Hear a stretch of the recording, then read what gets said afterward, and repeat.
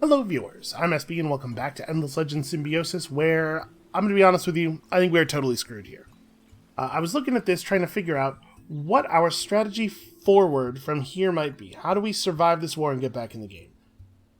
And I'm looking at their armies, and they're a huge number of troops, and some of them are not that good, right? Like these Seekers over here, these guys are an embarrassment to the concept of cavalry. This ended is, well, okay, this ended is probably better than any of our individual units. But, like, not all of these guys are that bad, right? But, looking at the stats on the units in this army in particular, like, this ended who has over 100 in all 4 of the combat stats. Like, these guys, and the monks are terrifying for a lot of reasons. I honestly do not think that all of our entire military combined could defeat this army. So I think we're probably out of the game. We're going to try a little bit here, but I think probably what this video is mostly going to be the next game. And we'll talk about what went wrong and what we could have done differently when we're loading into the next game, because I do think that there's some stuff we need to talk about. But strategy. Okay, so if we were going to survive this, what would that look like? What is the out? Let's try to play to whatever our out is. Well, first I thought, okay, if we definitely can't win against the very powerful AI, maybe the correct plan is to turn another powerful AI against them, right? They have both of the Urkans, man.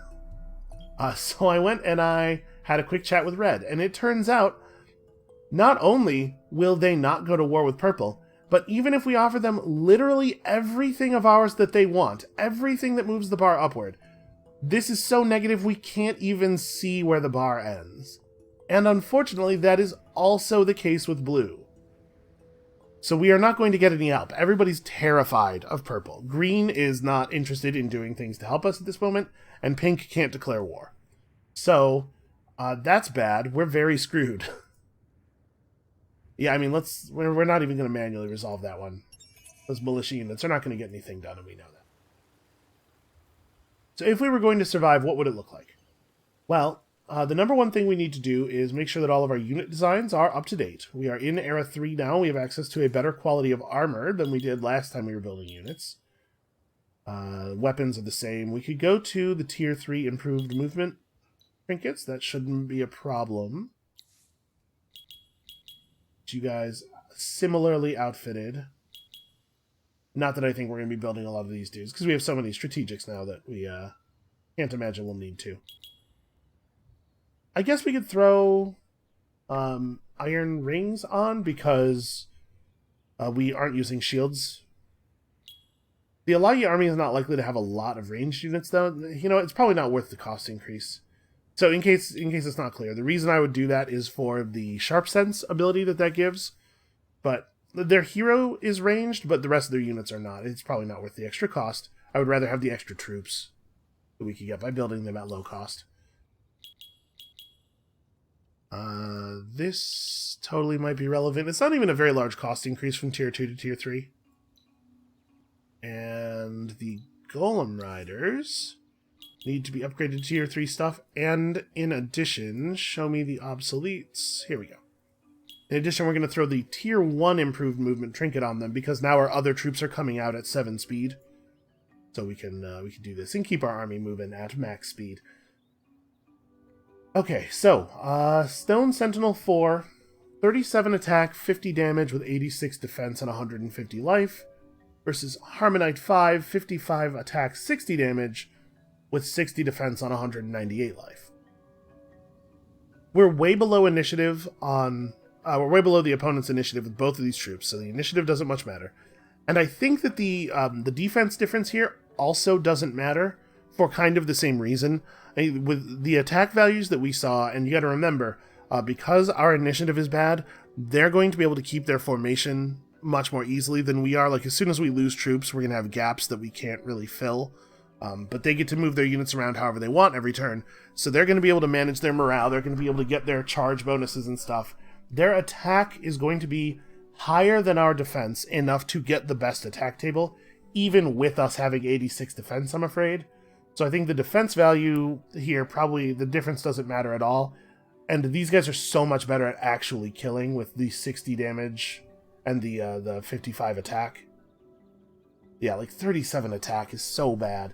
Then again, I guess, is it the case here that the higher attack isn't going to matter because we're also always going to have the worst attack table?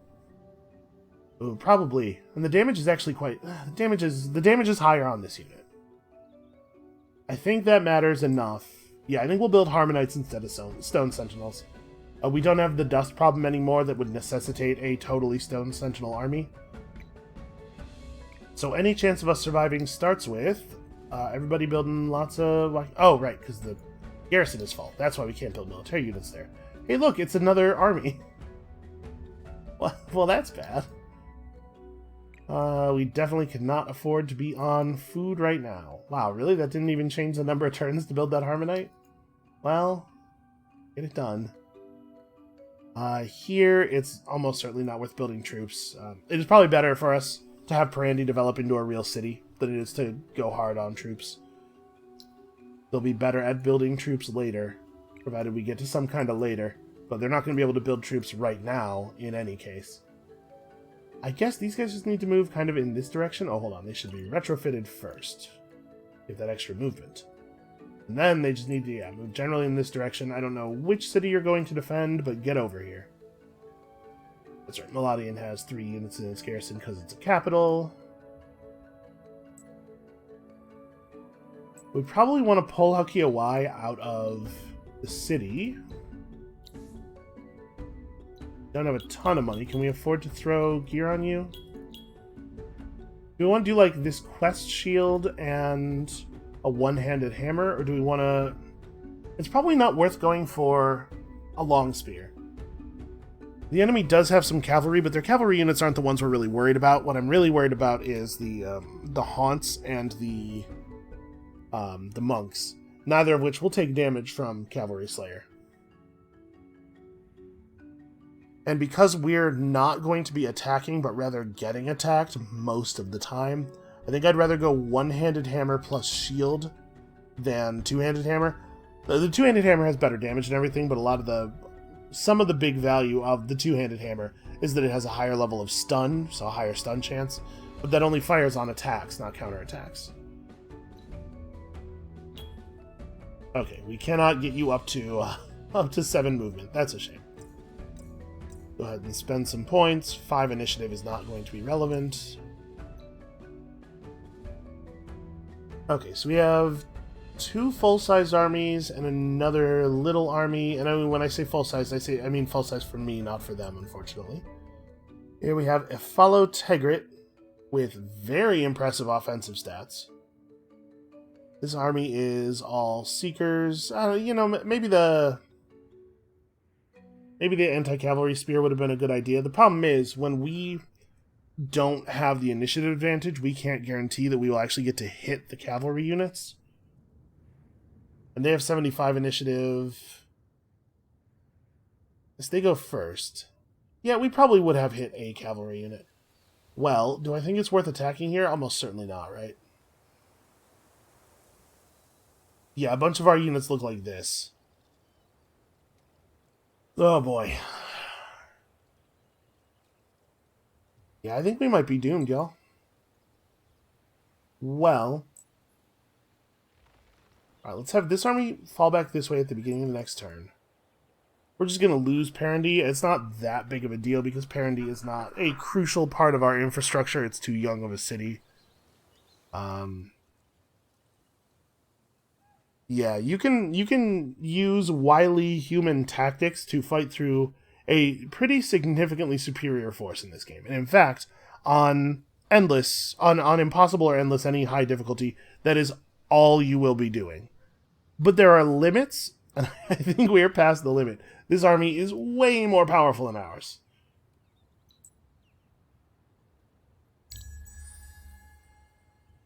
As we should probably have set the other cities to building, I have despair. I am despairing. And I did not set all of the other cities to the thing they would most optimally do for survival. It's just hard to imagine it's going to matter, you know? So if we're going to make a stand anywhere, it's around the capital. Right, Jurgador is the place that is most capable of building units, and it's the place where our troops are the densest. Interesting to see this army back off. No.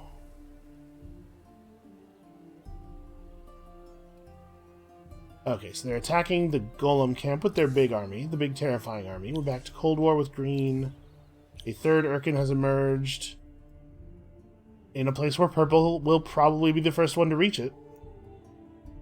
So that's great. That's something I'm worried about. Okay. We probably can't afford to fight this because we'll be showing up as reinforcements. So it'll be their whole army versus 2 of my guys coming in each turn. We probably just have to let them have this.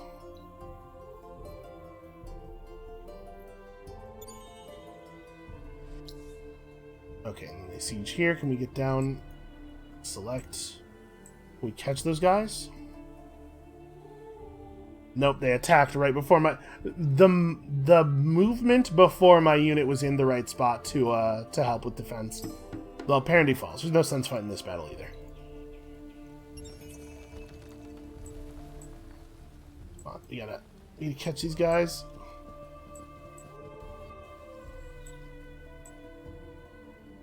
Okay. So here's an opportunity to make some headway. We have to catch them. We have to catch their armies out and separated with our superior-sized local forces. Okay, so they have total control over combat order. Ooh, and the fact that they have chain lightning means that we have to weigh the morale value of having our troops standing together versus the extra damage that's going to enable them to deal. So probably what we want to do. Even if I wanted to split off into groups where nobody's adjacent to anybody else, could I? Yeah, we have enough space for that. We can do something like this, at least.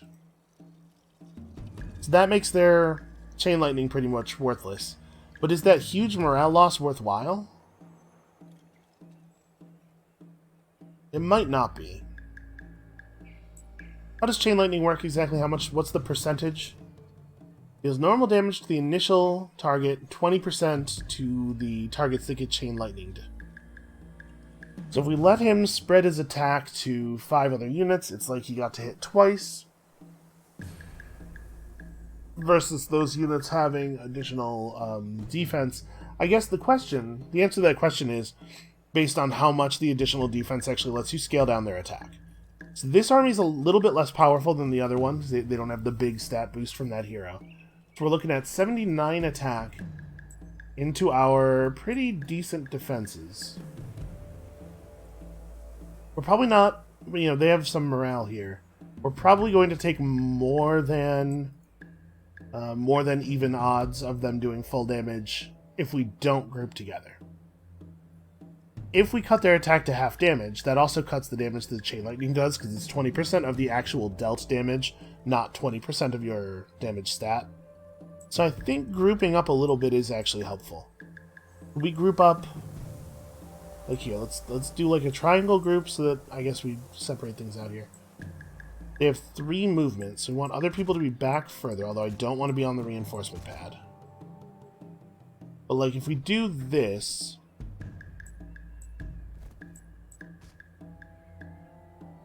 or maybe like this, so that we don't have or we're not adjacent to the units coming in. All of these guys have 30% bonus defense now. Yeah, I'm going to do it like that. I think we will reduce the damage of their initial hit by enough that it's worth the chain lightning effect.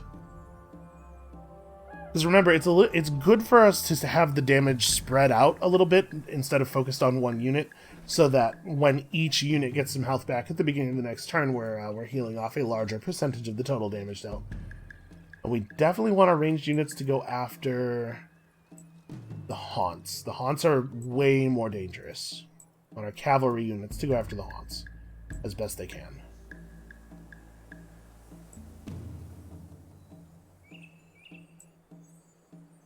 Unfortunately, they're fast enough to lock us in place on the reinforcement panels, which would be pretty bad.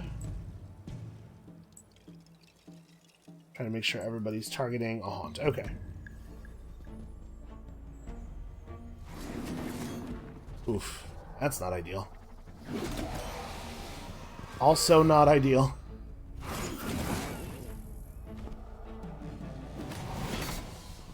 Okay, see, that's a great result there. Get our defense up a little bit, make their attack roll worse, and then suffer a lot less damage on the whole because of their bad attack roll.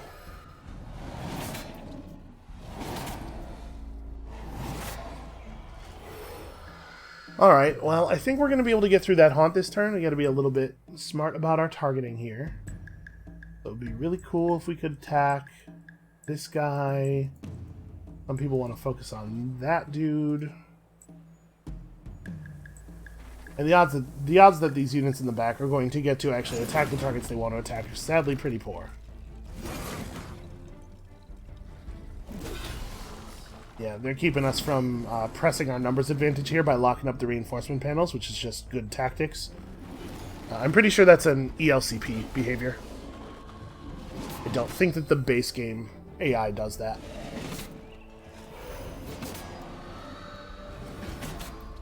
Okay, we're making some headway. Got rid of 2 of the haunts this turn. And now they have fewer units to lock us up with. So all the units over here to focus on that haunt. That guy is the most dangerous thing on the table by a large margin. I think we might be able to survive the combat against this one army.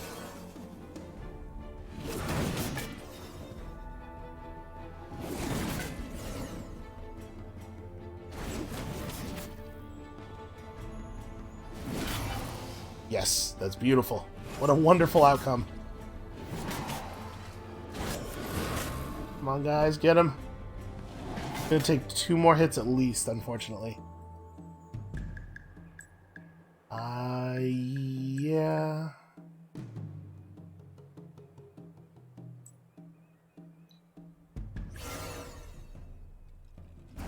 It's a little hard to know where the haunt is going to fly to before attacking. Like being at an initiative disadvantage against a force that's not largely infantry really does hamper your ability to deal the kind of damage you want to deal. Oh man, we're getting terrible attack rolls here. Okay, well we got through them though. And at this point it doesn't much matter who we attack. These guys are going to be a slog to take down, but they're also mostly not going to do as much damage as the haunts did, although we did see an 87 there to start the round.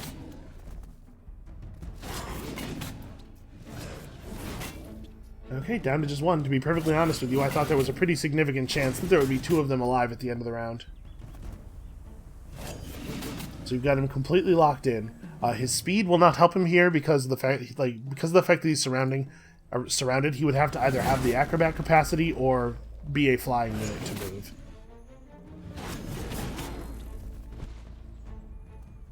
Okay, we got them. So, unfortunately, we cannot reclaim the city because we just spent our action point. You do need your action points to attack. We lost 2 Golem Riders to take 6 of their units. I mean, let's be honest, we lost effectively these 2 Sentinels as well. POI gets a point of bonus morale for all the units in our army, which is good, good, good. Can at least siege the city and prevent it from gaining any fortification. Okay, this is bad. The good news is we have a lot of fortification on the capital. Bad news is everything else about what's happening. Okay, that's good. They just kind of threw away a bunch of health. Okay. Well, we have to win this. Like this, they're offering up their units in small broken groups. This is the optimal way to fight them. We definitely have to take this fight. We couldn't retreat anyway. We don't have an action point. We have 1 Chain Lightning guy. So, like, in this case, with units that are very, very low on health, the Chain Lightning would be more devastating even if he gets a half damage roll. So I think we do want to split the units that are really low on health away from everybody else. But I'm going to keep these 2 together in the hopes of drawing the haunt's attention to them. Although, I'm going to keep them together in a position where they're not going to get the units that are on the reinforcement panels damaged.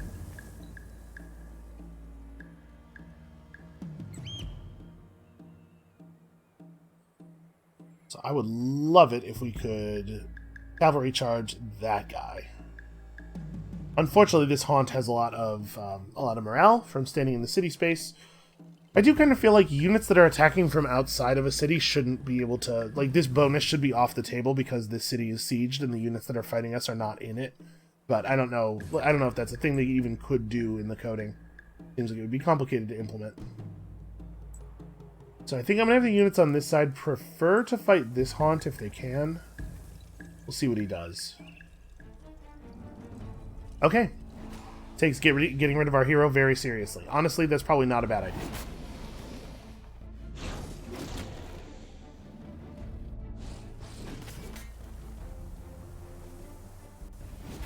This does look very bad for us.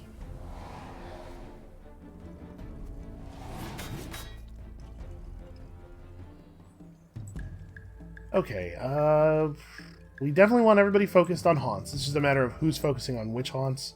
Like, the best thing to do would be to get everybody on the same unit. Obviously, that's not actually feasible. To some degree, we have to figure out where we think they're going to move to. I think they both want to attack this group of 3 units, and they're both in position such that they don't need to move first, and they don't have any like charge abilities that compel them to move for combat stats, so they might just stay put. Oof, on 99. That was really bad.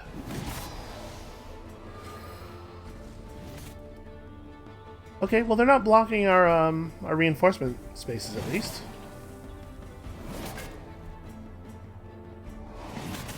Some of that standing on a lava space bonus, which is nice.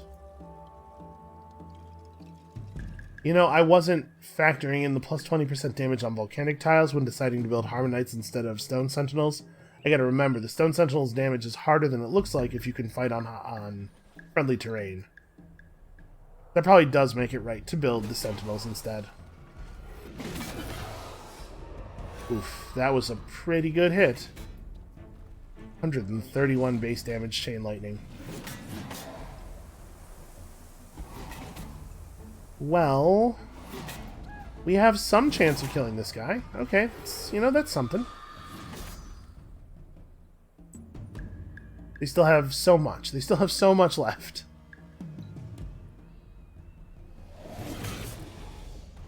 When all of my units form a big chain right now. Yeah, not having the initiative advantage makes positioning stuff really difficult. Especially against a flying unit, because he actually could, like, he's cornered, but he actually could just fly out if he wanted to. Like that. Okay, the chain lightning went, I think, the better way for us? I don't know, actually.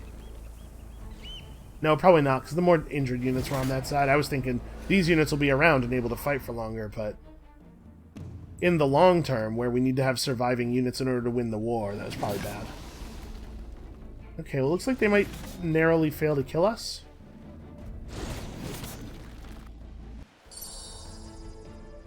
That is probably the end of the game right there. We can't afford to lose that many units in a war where we're shorthanded. Okay, so you guys need to combine into this army. May as well retrofit everybody. And then, how would we do this? This army definitely can't fight their main army. We have no hope at all. That's not true. We have one hope at all, and that is that they will repeatedly run over the lava river. Who knows? Maybe. Maybe we could convince them to do that. How much are we going to be fighting on volcanic terrain? Probably quite a bit here. The units that have already, or the cities that have already spent some industry on Harmonite should finish the Harmonite they've started building. Let's have the other cities produce Sentinels. Does Phaedra have the industry to really make a Sentinel happen? Yeah, okay, that's not too slow. But like having to convert all of our cities over into full troop production mode means that if this war turns out to be anything other than a massive smashing success, like if we don't get to take over all of Purple's territory on this, this puts us even further behind in a situation where we were already very behind. This is a great move on Purple's part, though. We're vulnerable. Our territory is rich. Purple's probably going to win this game. This is going to help them a lot, and they were already in a pretty good position. It's good tactics. You can't get too mad about the good tactics. So we let Purple take Aderon while we push down here and finish off these guys? Here's the thing. If we try to just attack the 1 half-health monk, he's just going to retreat, and that's going to spend our action point. So we have to go after this army and try to do as much damage as possible by forcing a retreat. We can't attack... taking Parenty back doesn't help us that much. I'm not too worried about that. We got to kill these troops. We peel off a couple of their troops down here while they're vulnerable. Then this army heads back up north to fight their army after it almost certainly just takes Aderon. Okay, that doesn't matter. They don't think we're going to win this battle, which makes me a little nervous. Okay, they started so far back that we don't have to worry about getting hit on the first turn, probably. You have 4 move? You have 3. So if we start, over here... 1, 2, 3. He can get to this space, but... yeah, we can definitely just not take damage on the first turn. Have a nice high initiative value. Or a nice high morale value. And yes, absolutely everybody is on this haunt.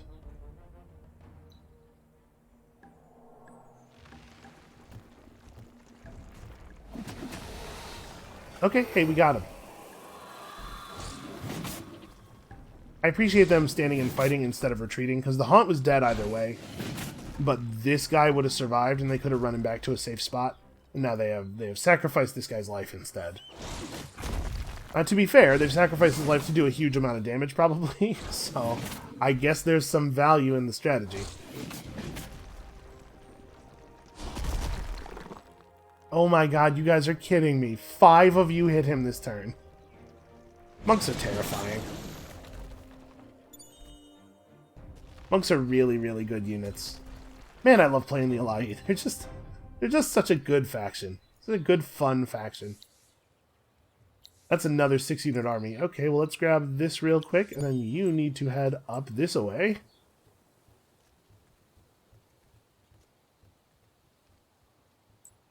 Boy, what am I going to do here? Okay. Well, I don't think that it is worth manually engage. Boy, what a bad battle. Alright. Well, I think this one's probably over. Did you... that's right, we can't tell. We don't know if you kept your action point. You did! You did not actually show up as reinforcements to the other battle. Who the hell is the first Mina wing? That's not... Oh, you know what? There's a thing that they can do to get a second action point, isn't there? I forgot about that, but I believe it is the case that the Ala'i can get a second action point somehow. Am I imagining that? It must be the case, because otherwise this unit would not be able to, or this army would not be able to show up as reinforcements after having initiated an attack against the city. But we're dead. We lose. This is the we lose. Well, I guess let's fight it since we're here. So we can start talking, I suppose, at this point about what we could have done better. The number one most obvious thing here is that it was almost certainly at some point possible to negotiate a peace with Purple, start building up a friendship with Purple. I did not take that seriously enough, and we are now paying the price. If we had negotiated a friendship with Purple...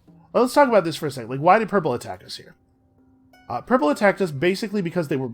I don't want to say because they were bored, but pretty much because they were bored. They ran out of easy expansion. At some point, the math on expansion becomes pretty rough, particularly for the Ala'i, who suffer additional expansion disapproval.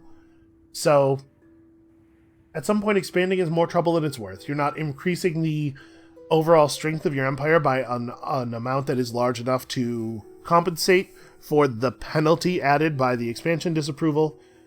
So you start looking for fights. If I'm going to take more cities, this is the time where I want to take some cities that are built up already, that I don't have to spend so much on, that have 8 points of population in them. So they look for an enemy. If we had peace with them prior to this, if we had built up some friendly relationship, it's possible that they would have just gone after blue instead. So, not managing the diplomatic situation well enough, especially not working to play the AIs off of each other enough because I was too distracted by what we were doing with green, was a bad thing. When you get into a war with a player, you're going to get distracted materially. That's just going to happen, right? Like, you have to devote resources. But I also got, like, the tunnel vision. I got distracted in my attention and decision making. I was very focused on green. So that's a big error. In terms of build-up, we had a period there where we were really rough on science, and I'm not sure if that was necessary or not. Like, I'm not sure if it was more beneficial for us to be there than it would have been to, like, prize public libraries earlier, and there were definitely some rough periods. But the one thing I want to say that I want to make sure is absolutely clear is that I feel way better about this game than I felt about the last game. Like, this game was winnable and we were in it. This is not one where we were just, like, screwed from the beginning or anything. I could totally see us getting from here to actually being able to win in ELCP games on Endless. We didn't win this one, but this game was, we were a competitor. We were here. Which is cool. I'm still planning to end the series pretty soon, but I'm ending it before I'm, like, sick of the game, which increases our chances of coming back. And if we do come back, that's probably what it will be. It's like, all right, let's figure out how to win semi-consistently on Endless and ELCP. And I feel like that's a thing that's possible now, where I was not certain before. We really don't get to give any meaningful orders here. It's possible that this could just be a battle that exhausts them so much because they keep moving on to lava while trying to burn through our 250 points of fortification that they end up losing a lot of stuff here, and it breaks the momentum of their stride. We'd have to take back an awful lot of territory for it to matter, but we should at least see if it could happen, right? Unfortunately, it's way easier to keep the enemy on the lava when you move before them. You should try to go to there. We should not stand on the lava for them. So if we do end up losing this game, as it looks like we almost certainly will, the plan is that we're gonna go down to impossible. Like I said, it's 100%. I feel like we absolutely can win on Endless, but I also do want to wrap the series up before I burn out too badly, and I'm definitely, like, getting that feeling. I've played a lot of Endless Legend recently, so we're gonna take it down to impossible. Probably win the first game. Maybe have to try once or twice, but I feel confident enough. I think we will win that first game on impossible. And then we will wrap the series there for now. The history of Endless Legend on the channel is, like, it's definitely uncertain. I'm not going to promise I'll come back, but I totally feel like it could happen. That will be less the case if I keep playing until I burn myself out real bad the way I did the first time. But, you know, maybe by the time I'm feeling the Endless Legend fever again, they will have announced a second one. Amplitude, listen, if you want to announce a second one, a real good way to do that would be to let me play it first in front of all these nice people. People from Amplitude are not watching this. That's what hope sounds like. You just heard hope in a man's voice. I mean, it really is taking them a long time to burn through all of the fortification.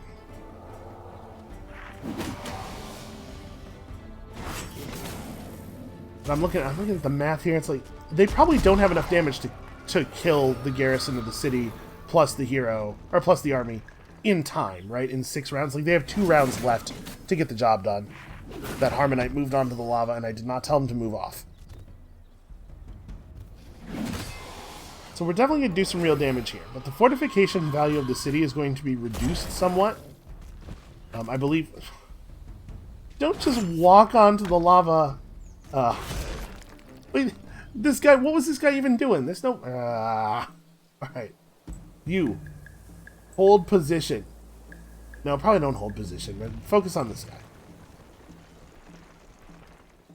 He can't move across the other side of the lava river. It should be safe to tell them to focus on that guy. Yeah, this is okay.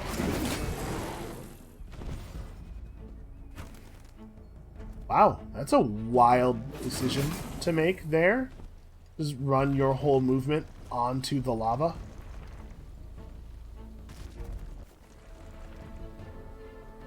Oh, okay, no, they didn't have an action point left and couldn't have shown up as reinforcements, but apparently you don't get to know that information on the, you don't get to know that information on the reinforcement screen. I didn't realize that. I thought that if an army showed up on the reinforcement screen, it was available for the battle. Can't quite figure out which space he wants to siege us from. Alright, so this is still the dangerous army. And we are still, like I said, totally reliant on them just walking on the lava. It's not 100% impossible. They've already walked on it once.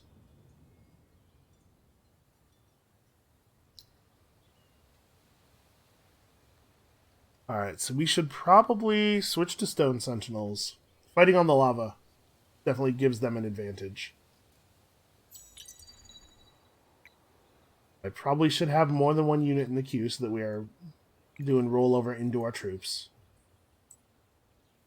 If we can beat back this army, we might be okay. Maybe. I don't. How many armies do we know that they still have? We killed one 6-unit army. We killed another 6-unit army. Hold on. I don't want to put myself in a position to get attacked by him personally. I want to be nearby enough that if he attacks the city, we are there. Okay, he's doing it. From that position, does he get the garrison? He gets the garrison of Malk, but not the garrison of Jurgador. 2, 3. Huh. Wait, shouldn't this garrison be involved? Because that space should be in the battlefield, right? I guess not. I mean, we have to fight. Yeah, there's totally... Huh. Parts of this city are inside the battle space. I don't know why the garrison of that city doesn't get to participate. Well, do we want to start up here where all of the fortification is? Or where all of the morale is? Or do we want to fall back and try to draw them toward the reinforcement spots? So the monks have this shifting rage ability. In light form, each consecutive counterattack does more damage, and it, like... it goes out in a cone from them. This actually isn't going to be effective for them at all because of the fact that they have higher initiative than we do. They're not going to do a lot of counterattacking. In dark form, it does that on attacks. Every time you attack, your next attack cones out a little bit further and hits a little bit harder. Dark form monks are absolutely terrifying. I think we probably just stay put. Like, making them have to spend a lot of attacks on us is the only way we're going to win this, so I think that morale benefit is actually really huge. Let's just move to here. I'm going to give them specific movement orders instead of attack orders. We'll see what happens here. But the monks are high speed and flying, so I was thinking, like, moving our guys back is probably not going to help us that much. They will catch us. Oof, the hero hits like a truck, too.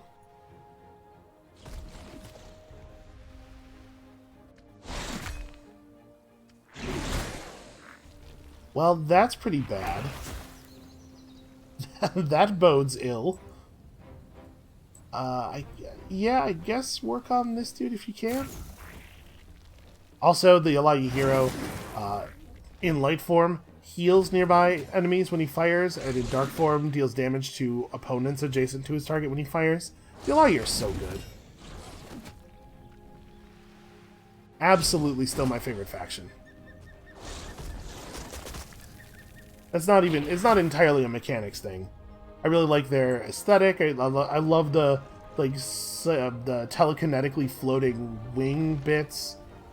I love the fact that they appear to be they're like bat moth people, which is both a cool thing and a weird thing that I've never seen in a fantasy game before.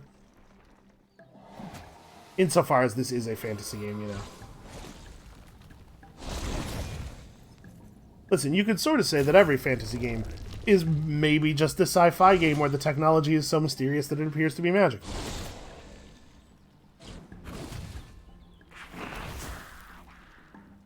Okay, we still have a couple units coming in. We really have not dealt that much damage to them.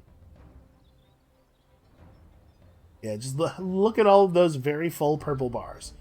Okay, so the hero has 128 defense. In theory, them exposing their hero gives us a chance to try to take out an archer. We got a good, real good sweep strike back there. But yeah, unfortunately, they have so many units. It's unlikely we're going to get to do any self-determination on targeting. It is taking them a long time to break through our defenses, though.